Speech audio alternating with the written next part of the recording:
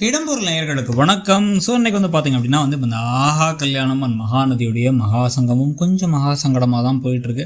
இதை முதல்ல ஆரம்பிக்கும் போது சொல்லுவாங்க, எப்பயுமே இந்த மகாசங்கமும் கொஞ்சம் மகாசங்கடமாக போகுது அப்படிங்குவாங்க. ஆனால் அது எல்லா தடையும் உண்மை இல்லை. சில இதில் கதைகள்லாம் இருக்கும், சில இதில் கொஞ்சம் இன்ட்ரெஸ்டிங்காக போகும், சிலது கொஞ்சம் பரவாயில்லாமல் இருக்கும். ஆனால் இங்கே பார்த்தீங்கன்னா மெயினான கதையான ஆஹா கல்யாணத்துடைய கதையில் இப்போ என்ன நடக்குது, தாத்தாவுக்கு உடம்பு சரியில்லை, அதனால என் மனைவியோட நான் சந்தோஷமாக இருக்க மாதிரி நடிக்கிறேன் அப்படின்னு சொல்லிட்டு சூர்யா முடிவெடுத்தார்.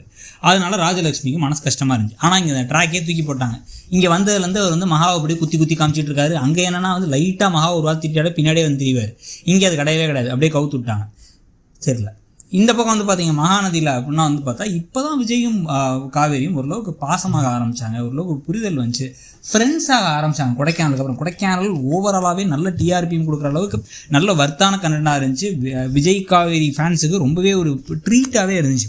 அப்படி இருக்கும்பொழுது இங்கே திருப்பி பார்த்தா ரெண்டு பேரையும் மூஞ்சி தூக்கி வச்சு சண்டை போட வச்சுட்டாங்க. அப்பப்போ அதை சரி பண்ணுறதுக்கு இந்த பலூன் கேம் மாதிரி எதையாவது ஒரு கேமெல்லாம் விளையாடி ரெண்டு பேரையும் நெருக்கமாக இருக்க வச்சு ரொமான்டிக்கான சாங்கெல்லாம் போட்டு பார்த்தீங்களா காதல் பண்ணுறாங்க. இது காதலா? இடிச்சுக்கிட்டது காதலா? காதலுங்கிறது மனத்துலேருந்து வர வேண்டிய ஒரு விஷயம். ரெண்டு பேருக்கு பிடிச்சதை வச்சு ஏதாச்சும் ஒரு விஷயத்த பண்ணணும்.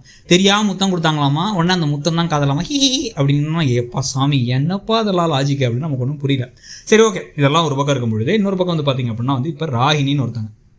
ராகினி மகாநதியில் பார்த்தீங்கன்னா அவங்க நிவினை காதலிச்சாங்க. நிவின்கிறது யார் அப்படின்னா காவேரியுடைய முன்னாள் காதலர். இப்போ காவேரி விஜயை கல்யாணம் பண்ணியாச்சு. இப்போ அவங்க ரெண்டு பேரும் விஜயும் காவேரியும் சந்தோஷமாக இருந்தாங்கன்னா நான் சந்தோஷப்பட வேண்டிய முக்கியமான ஆட்களில் ஒருத்தாங்க அது ராகினி தான்.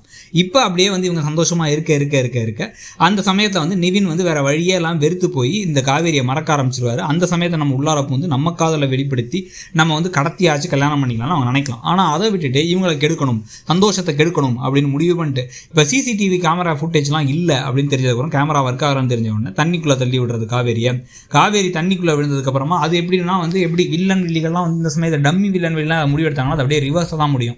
தண்ணிக்குள்ளே தள்ளி விட்டோம்னா அவங்க போராடிட்டு இருக்கிற சமயத்தில் சூர்யாவும் விஜயும் சேர்ந்து காப்பாற்றுனதுக்கு அப்புறமா இதன் மூலமாக விஜய் பார்த்துக்கிறது காவேரியை பத்திரமா. அதை பார்த்து வந்துச்சா இவங்க ரெண்டு பேரும் எவ்வளோ பாசமாக இருக்காங்க, நம்ம ஏன் நம்ம பொண்டாட்டியோட பாசமாக இல்லை அப்படின்னு மகாவை போய் சூர்யா கொஞ்சம் சாரி கேட்டிருக்கிறது அப்படின்னு ஏதாவது திருப்பங்கள் ஒன்று. இன்னொரு பக்கம் ஐஸ்வர்யா எப்படியோ ஒரு வழியாக ப்ரெக்னென்ட் ஆகணும், ப்ரெக்னென்ட்னு ஊரெல்லாம் போய் சொல்லிட்டாங்க. இந்த பக்கம் எப்படியோ இந்த கௌதமோட சேர்ந்து இந்த இடத்துல இந்த கேண்டலாக வாங்கி வச்சு பற்ற வச்சு சோகா சாங்ஸ் ஸ்லோ மோஷனில் லவ் சாங்ஸ் ரொமான்டிக் மியூசிக்கெல்லாம் போட்டு ஒரு வழியாக அவங்க ப்ரெக்னென்ட் ஆகிறதுன்னு ஒரு கதையும் நடக்க போகுது. ராஜலட்சுமி என்னடா அது சூர்யாவும் மகாவும் கொஞ்சம் நல்லா பேசுகிறாங்களே அப்படின்னு பார்த்து கடுப்போடைய இருக்கிறதும், இன்னொரு பக்கம் விஜயும் காவேரியும் கொஞ்சம் ஒரு பாசமாக விட்டு கொடுக்காமல் இருக்கிறத பார்த்து ராகினி வயிறு ஏறதும், கூடவே தாத்தா சந்தோஷப்படுறதுன்னு சொல்லிட்டு கதை போகுது. ஸோ இந்த கதையை பற்றி நீங்கள் என்ன நினைக்கிறீங்க, இந்த மகாசங்கமம் எப்படி போகுதுன்னு நினைக்கிறீங்கிறத சொல்லுங்கள். தேங்க்யூ. இடம்பொருள் நேயர்களுக்கு வணக்கம்.